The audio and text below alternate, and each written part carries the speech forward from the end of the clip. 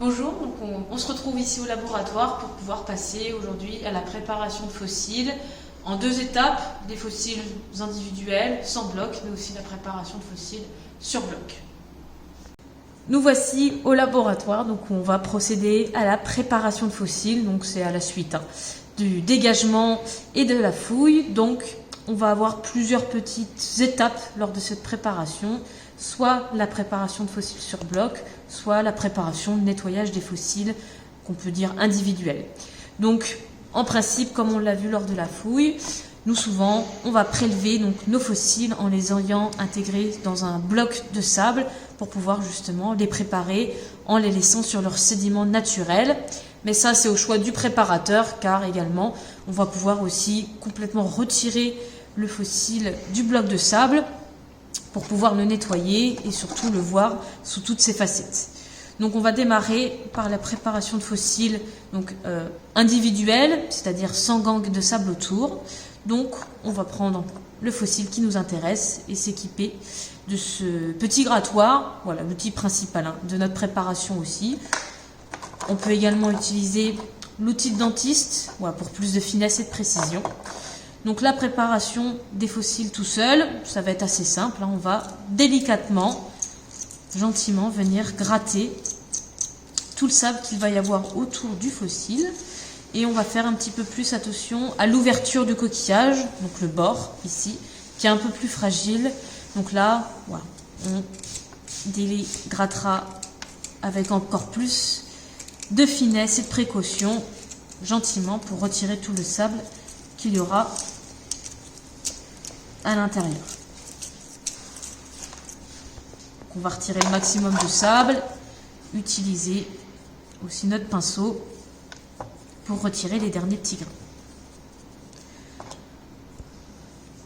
Donc voilà, on retirera le maximum de sable autour et à l'intérieur du fossile. La préparation sur bloc qui va être un petit peu différente si on fait le choix donc de conserver les fossiles sur leur sédiment naturel. Nous, comme on l'explique, nous on va préférer ici à la cave au coquillage mettre en valeur les fossiles en les gardant en place sur leur sable naturel, que ce soit sur un petit ou sur un plus gros bloc.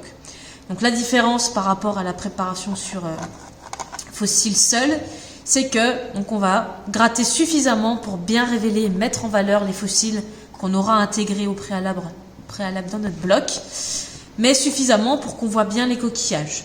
Donc on va quand même commencer par un pré-nettoyage, une pré-préparation, en donnant un petit coup de pinceau pour mieux révéler, en tout cas détecter les fossiles qu'on va vouloir mettre en valeur. Et donc ensuite, toujours avec notre petit grattoir, on va gentiment gratter le long des fossiles principaux qu'on a sélectionnés pour notre bloc. Donc gentiment, car comme on le disait, l'objectif ça va être vraiment de garder le fossile sur son bloc de sable, pas de le retirer, pour montrer ce milieu naturel où ont évolué les coquillages. Et on va gratter jusqu'à voir aux 3/4 le fossile. Il faut qu'on ait cette impression d'un coquillage comme s'il était encore comme posé au fond de la mer. Donc on gratte le long des fossiles principaux, mais aussi l'intérêt du travail en bloc, c'est qu'on va essayer d'étailler autour des fossiles principaux pour trouver d'autres fossiles, d'autres coquillages qui étaient encore cachés, dissimulés sous une petite couche de sable. Donc voilà, on va essayer d'en mettre le plus possible en valeur sur notre bloc, donc tout en laissant le bloc dans son entièreté. Un coup de pinceau de temps en temps. Et la préparation sur bloc, il se peut que si celle-ci dure sur plusieurs heures, plusieurs jours, le bloc de sable va sécher. Donc il va sécher, il va se durcir, ce qui va compliquer un petit peu le travail.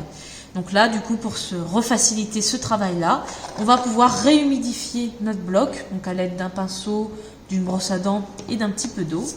Donc on va appliquer un petit peu d'eau sur notre bloc de sable avec parcimonie, puisque si notre objectif est bien de garder le bloc en entier, on ne va pas trop humidifier, puisque si le bloc est trop humidifié, trop humide, il va se casser, il va se déliter et on va perdre cette présentation de fossiles sur bloc qui nous intéressait à la base. Donc par à-coup, par petit coup de brosse à dents, avec un petit peu d'eau simplement, ça va humidifier le bloc et de nouveau derrière faciliter le travail.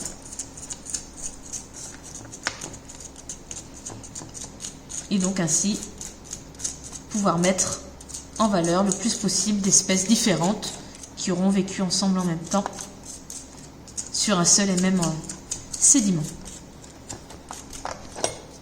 Alors lors de la préparation sur un bloc, il se peut que des petits fossiles comme ceci tombent naturellement. Quand c'est petit, ça tient un petit peu moins bien.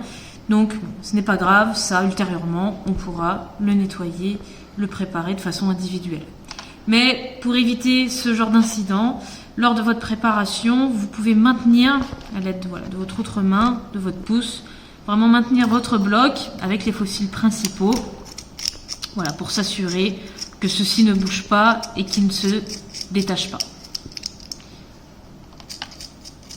Voilà, vraiment avec ce système de pince, et de bien garder le bloc en main en maintenant les fossiles dessus pour ne pas qu'ils ne tombent du bloc.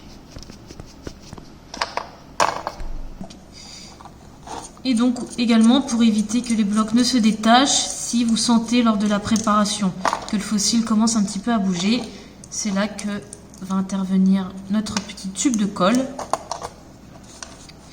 Donc on va mettre des petits points également avec parcimonie, par prévention également, pour ne pas que le coquillage se détache. Donc ça uniquement si vous sentez que le coquillage commence à bouger et qu'il menace de se détacher. On va essayer de masquer un petit peu après la colle pour avoir quand même un effet naturel.